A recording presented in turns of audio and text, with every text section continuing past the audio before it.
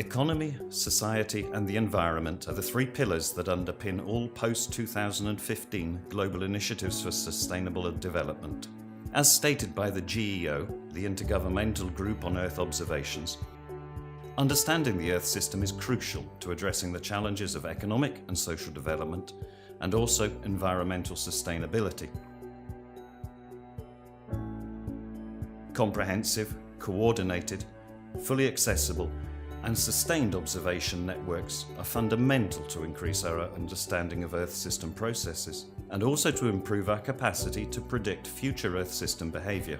Amongst global environmental issues, mercury is a pollutant that raises many concerns. Both humans and wildlife are adversely affected by mercury. It is highly toxic, especially as methylmercury, persistent and so can be transported over long distances, and bioaccumulative. When methylmercury enters the food chain, it bioaccumulates. At high concentrations, it can cause neurological damage in humans and wildlife. Exposure of expectant mothers and young children is of the most concern.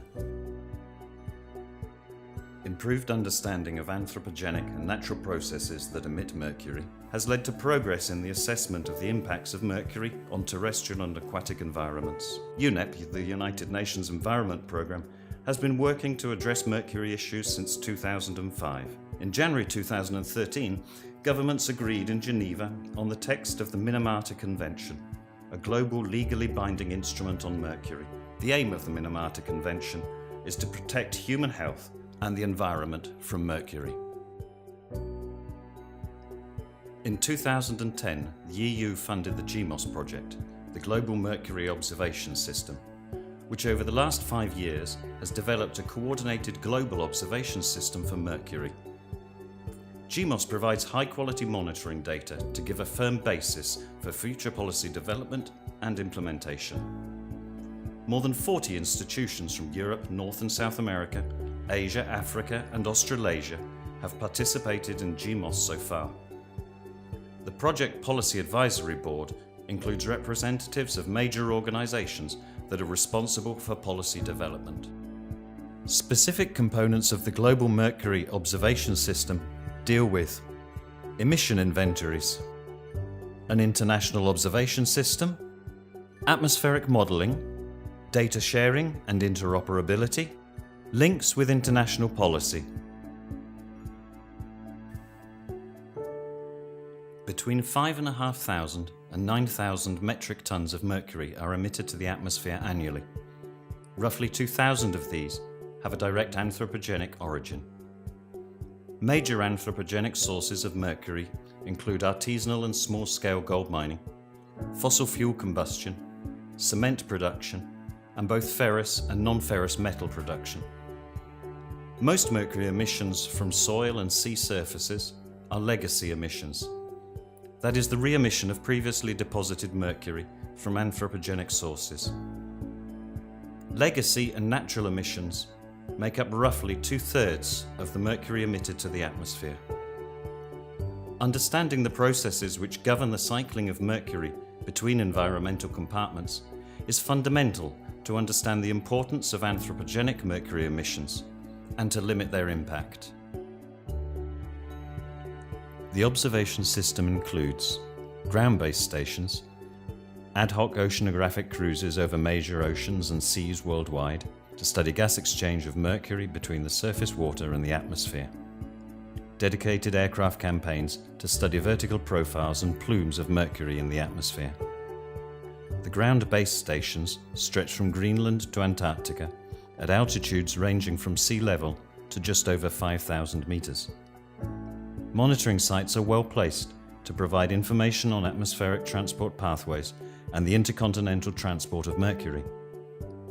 Gmos has developed a historical database by retrieving data from past monitoring programs and campaigns. These historical data have been harmonized to ensure intercomparability. New sites have been installed in regions where few monitoring stations exist, especially in the Southern Hemisphere. The regional and global scale modelling component of Gmos has made use of this unprecedented observational dataset to evaluate, validate and improve atmospheric models to study the global mercury cycle. Modelling studies are an extremely powerful tool to help distinguish the relative contributions of natural, legacy and anthropogenic mercury sources and how these contributions change over time. Thus, models help to define seasonally dependent source-receptor relationships.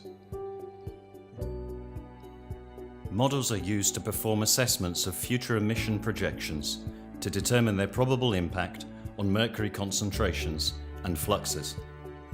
Models also aid policymakers in verifying the achievement of global emission reduction targets and can support the future implementation of the Minamata Convention.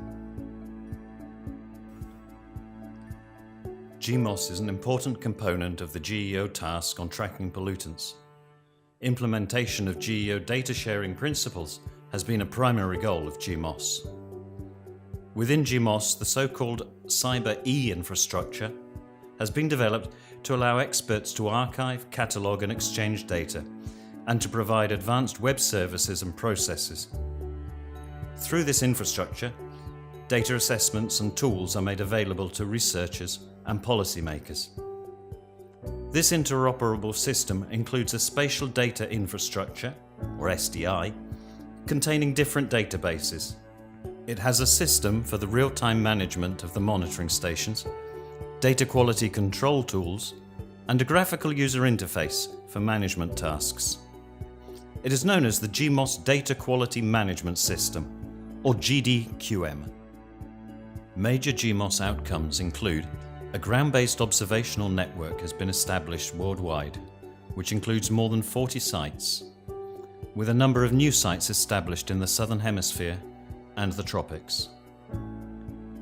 Strong cooperation with ongoing regional programs has been established to ensure synergy with existing networks. Oceanographic campaigns have been carried out to understand better the cycle of mercury species in the ocean and between the ocean and the atmosphere. Knowledge gaps on the vertical distribution of mercury species in the atmosphere have been investigated through intercontinental and regional aircraft campaigns. A task force for regional and global scale modelling has been established by involving major non-Gmos modelling groups worldwide. The Gmos spatial data infrastructure ensures timely, up-to-date and interoperable data on atmospheric mercury. Before Gmos, there was no coordinated global observation network for mercury capable of supporting the requirements of the Minamata Convention. The team has strengthened relationships with experts and policymakers, operating within the major regional observation programs. The project has provided substantial technical and scientific training to site managers, as well as capacity building in some developing countries. Gmos is providing and will continue to provide high-quality mercury data and modelling tools to UNEP, as well as to national authorities, for the future implementation of the Minamata Convention, thereby helping to address the challenges of economic and social development and environmental sustainability.